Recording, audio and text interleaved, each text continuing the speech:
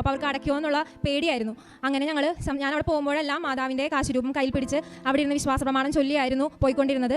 ഏകദേശം 2-3 ആഴ്ചയ്ക്കുള്ളിൽ ആ പൈസയും റെഡിയായി. അത്രയും പൈസ എൻ്റെ കയ്യിലോട്ട് തന്നു. ഞാനത് ബാങ്കിലിട്ടു, ഫീസ് അടയ്ക്കാൻ വേണ്ടി ട്രാൻസ്ഫർ ചെയ്തു. അങ്ങനെ മാതാവ് വലിയൊരു അനുഗ്രഹമാണ് എനിക്ക് തന്നത്. 20 ലക്ഷം രൂപ കുറച്ച് പൈസ കടം വാങ്ങിയിട്ടാണെങ്കിലും മാതാവ് സമയത്തിന് എനിക്ക് നേടിത്തന്നു. പൈസ ബാക്കിയായിരുന്നു ഞങ്ങൾക്ക്. അത് ഫ്ലൈറ്റ് ടിക്കറ്റ് എടുക്കാനും പിന്നീടുള്ള കാര്യത്തിന് ഉപയോഗിക്കാമെന്ന് ആയിട്ടായിരുന്നു. മാതാവ് നേരത്തെ കണ്ട് എനിക്കെല്ലാം സാധിച്ചു തരികയായിരുന്നു. അതിനെല്ലാം മാതാവിനോട് ഈ തിരുസന്നിധിയിൽ വെച്ച് ഞാൻ നന്ദി പറയുന്നു. പിന്നീട് വിസയ്ക്ക് വെക്കുന്ന പ്രോസസ്സിംഗ് ആയിരുന്നു. പൈസ അടച്ചു. വിസയ്ക്ക് വെക്കാനായിട്ട് ഇപ്പോൾ നമുക്കറിയാം കാനഡയും ഇന്ത്യയുമായിട്ടുള്ള പ്രശ്നങ്ങൾ. ആ പ്രശ്നങ്ങൾ കാരണം വിസയ്ക്ക് ചെറിയ തടസ്സമുണ്ടെന്നും 10 ആഴ്ച വരെ താമസമുണ്ടെന്നും ഏജൻസിയിൽ നിന്ന് പറഞ്ഞു. അപ്പോൾ എനിക്ക് പിന്നെ സങ്കടമായി. ഇത്രയും നാൾ നമ്മൾ ആഗ്രഹിച്ചിട്ട് ഇനി പോകാൻ പറ്റില്ലയോ എന്നുള്ളത്. പിന്നെ കാനഡയ്ക്കുള്ള പ്രശ്നം വിസ റിജക്ഷൻ വളരെ കൂടുതലായിരുന്നു. എന്നാലും ഞാൻ മുട്ടിപ്പായിട്ട് മാതാവിനോട് പ്രാർത്ഥിച്ചു. ഞാനിവിടെ ജപമാല റാലിക്ക് വന്ന് പങ്കെടുത്തു. മാതാവിനോട് അന്ന് ഞാൻ പറഞ്ഞു, എനിക്ക് എത്രയും പെട്ടെന്ന് വിസ നേടിത്തരണം. ജനുവരി 8 തീയതിയാണ് എനിക്ക് ക്ലാസ് തുടങ്ങുന്നത്. ഡിസംബർ ആദ്യമോ ഒക്കെ ആയിട്ട് എനിക്ക് പോകണം എന്ന് പറഞ്ഞു. അങ്ങനെ പ്രാർത്ഥിച്ചു.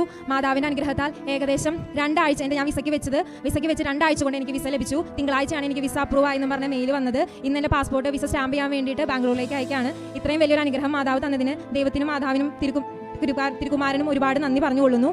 പിന്നെ ഒരു അനുഗ്രഹം മാതാവ് തന്നത് ഇത് ഉടമ്പടിയിൽ വെക്കാത്തതാണ്. എൻ്റെ വീടിൻ്റെ അടുത്തുള്ള ഒരു ചേട്ടൻ പോളണ്ട് പോകാൻ വേണ്ടിയിട്ട് ഒരുപാട് നാളായി ട്രൈ ചെയ്യുന്നു ഡ്രൈവറായിട്ട്.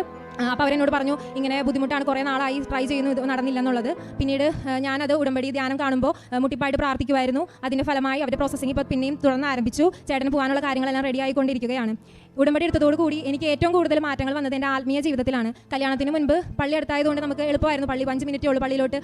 മിക്കപ്പോഴും പള്ളി പോകുമായിരുന്നു. അവിടെയുള്ള കാര്യങ്ങളിലെല്ലാം ഇടപെടുമായിരുന്നു. പക്ഷേ കല്യാണം കഴിഞ്ഞപ്പോൾ കൊറോണ സമയത്തായിരുന്നു കല്യാണം.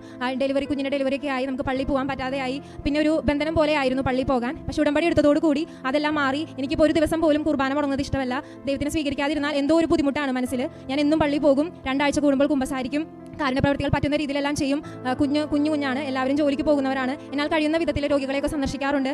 രോഗം ഉണ്ടെന്ന് പറഞ്ഞ് പൈസ ഇല്ല എന്ന് പറഞ്ഞു വരുന്നവർക്ക് മരുന്ന് വാങ്ങാനും മറ്റും പൈസ കൊടുക്കാറുണ്ട്. എല്ലാ മാസവും കൃത്യമായി ഇവിടെ വന്ന് പത്രം വാങ്ങിച്ച് വിതരണം ചെയ്യാറുണ്ട്. ഇത്രയും ആത്മീയമായ ഉയർത്തിയ മാതാവിനും തിരുകുമാരനും നന്ദി പറഞ്ഞുകൊള്ളുന്നു.